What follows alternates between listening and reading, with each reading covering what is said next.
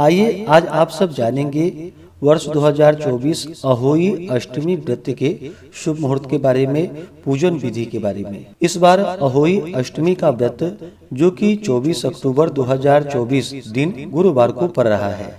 आप सभी माताओं बहनों को अहोई अष्टमी की ढेर सारी शुभकामनाएं।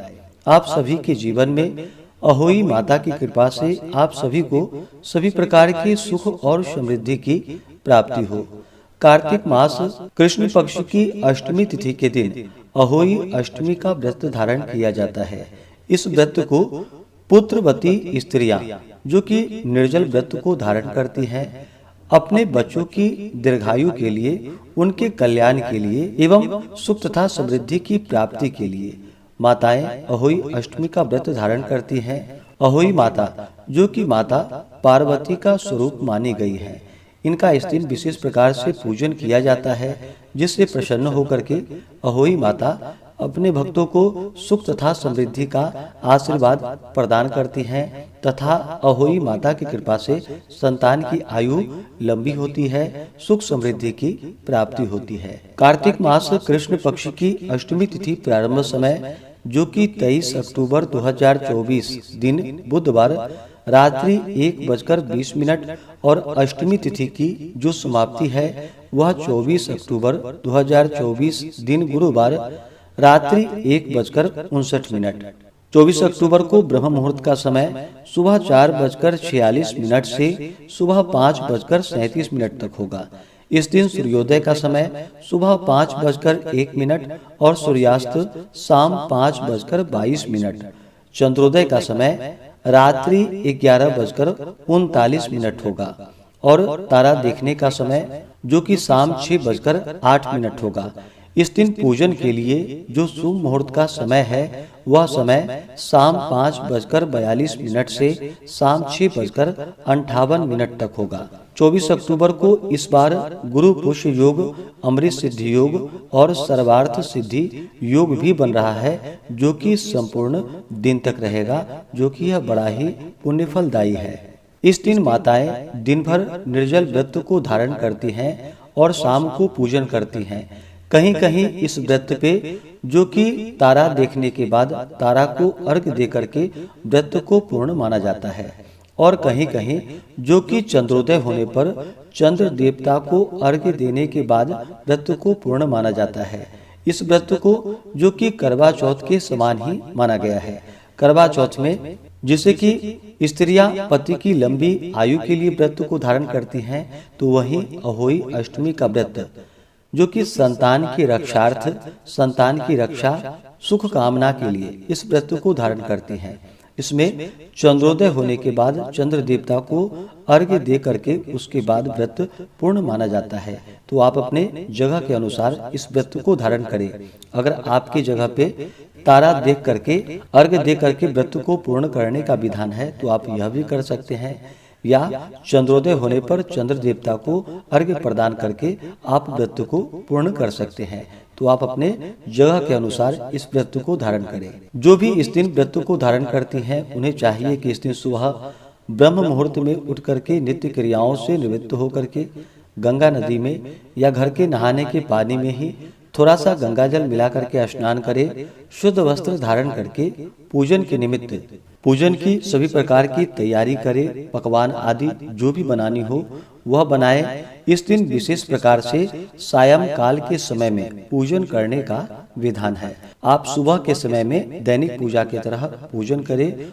और शाम को विशेष प्रकार से फिर से एक बार स्नान करके शुद्ध वस्त्र धारण करके सायं काल के समय में दीवार पर 8 कोनों वाली एक पुतली अंकित कर उस पुतली के पास ही स्याहू माता, सेई तथा उनके बच्चों के चित्र भी बनाए। फिर पृथ्वी को शुद्ध और पवित्र करके एक लोटे में या करवा रखने का विधान है। तो करवे को रख करके जो टोटी वाला करवा हो उसमें जल भर के रखनी चाहिए। एक पीढ़ा या पाटा पर लाल कपड़ा बिछा करके वहां पर कलश की भांति उसे रखनी चाहिए और साथ में जो कि अहोई माता का फोटो या प्रतिमा या चित्र बना करके आप रखें और फिर सभी प्रकार की पूजन सामग्री अर्पित करके अहोई माता की कथा को सुननी चाहिए। किसी भी प्रकार के पूजन में सबसे पहले भगवान गणेश जी का पूजन किया जाता है।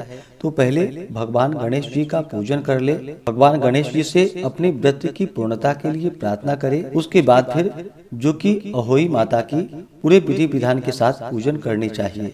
इस दिन इनका जल से अभिषेक करे, पंचामृत से अभिषेक करे, शुद्ध गंगा जल से अभिषेक करे, लाल वस्त्र चढ़ाएं। यह संभव ना हो तो आप कच्चा सूता, मौली आदि वस्त्र के रूप में अर्पित करें। वस्त्र चढ़ाने के बाद जल से आचमनी करवाएं। उसके बाद अक्षत, चंदन, पुष्प अर्पित करके जो कि धूप और दीप दिखाएं। और इस दिन बहुत से जगहों पर दूध व भात से पूजा की जाती है, या अनेक प्रकार के आप जो भी पकवान आपके पास उपलब्ध हो वो पकवान अर्पित करें। ऋतु फल आदि अभी के मौसम में जो भी प्राप्त हो वह सब अर्पित करनी चाहिए। नैवेद्य चढ़ाने के बाद जल से आचमनी करवाएं। मुख शुद्धि के लिए पान पत्र, सुपारी, लौंग, इलायची के साथ में अर्पित करें। द्रव्य दक्षिणा चढ़ाएं। इस दिन एक कटोरी में हलवा तथा रुपए का बायना निकाल करके रख ले और 7 दाने गेहूं के ले करके या अनाज के ले करके उसके बाद फिर कथा सुननी चाहिए। पूजा से पहले एक दिन जो कि चांदी की अहोई माता बनवाए और चांदी के 2 मोती भी बनवाए। जिस प्रकार गले में पहनने के हार में पेंडेल लगा होता है उसी प्रकार चांदी की अहोई लगवाए और डोरे में चांदी के दाने डलवा ले। फिर अहोई माता को रोली चावल अनेक प्रकार के पदार्थों से पूजन आदि करके कथा सुनने के बाद अहोई की माला जो कि गले में पहन लेनी चाहिए। जब भी आप कथा श्रवण करते हो, आपकी संतान अगर आपके पास हो तो उन्हें भी बिठा करके उनके हाथों में पुष्प दे करके कथा को अवश्य ही श्रवण करनी चाहिए। और पूजन संपन्न होने पर जो बायना आपने निकाल करके रखा था उसे सास के पांव छू करके उन्हें दे। उसके बाद जो कि आपकी जगह अगर तारा को अर्घ्य देने का विधान है तो तारा को अर्घ्य दे, नहीं तो फिर चंद्र देवता को विशेष प्रकार से चंद्रोदय होने पर अर्घ्य प्रदान करना चाहिए। फिर दीपावली के बाद किसी अच्छे दिन अहोई की माला को उतारकर इसकी पूजा करके और गुड़ का भोग लगा करके जल के छींटे दे और अगले वर्ष उपयोग के लिए संभाल कर रख ले। दूसरा पुत्र उत्पन्न होने पर इस माला में चांदी के 2 मोती और डलवा लिए जाते हैं। इस प्रकार उस स्त्री के जितने पुत्र होते हैं, जितने पुत्रों का विवाह हुआ हो, उतनी बार 2 चांदी के मोती उसमें डालते जाए। परंतु इस माला में स्याहू के चित्र का पेंडिल एक ही रहता है, इस बात का ध्यान रखें। बहुत से जगहों पर 2 करवे रखने का विधान है, जो कि एक करवे से चंद्र देवता को या तारा को अर्घ्य प्रदान किया जाता है और दूसरे करवे का जल दीपावली के दिन या दीपावली के बाद अच्छे दिन मान करके उस जल को अपने संतान के ऊपर छिड़कनी चाहिए और अपने घर में छिड़कनी चाहिए। तो अपनी मान्यताओं के अनुसार आप इस कार्य को कर सकते हैं। अहोई अष्टमी के दिन जो कि इस दिन सुई और धागा चलाना वर्जित माना गया है, इस दिन यह कार्य नहीं करना चाहिए। कैंची या चाकू का भी इस दिन उपयोग नहीं करना चाहिए। इस दिन दूसरों को कुछ न दे। इस दिन किसी से झगड़ा नहीं करनी चाहिए। व्रत के दौरान जो कि अपने संतान के ऊपर या किसी के ऊपर भी इस दिन बिल्कुल भी क्रोध नहीं करनी चाहिए। इस दिन कड़वा भोजन भी नहीं लेनी चाहिए।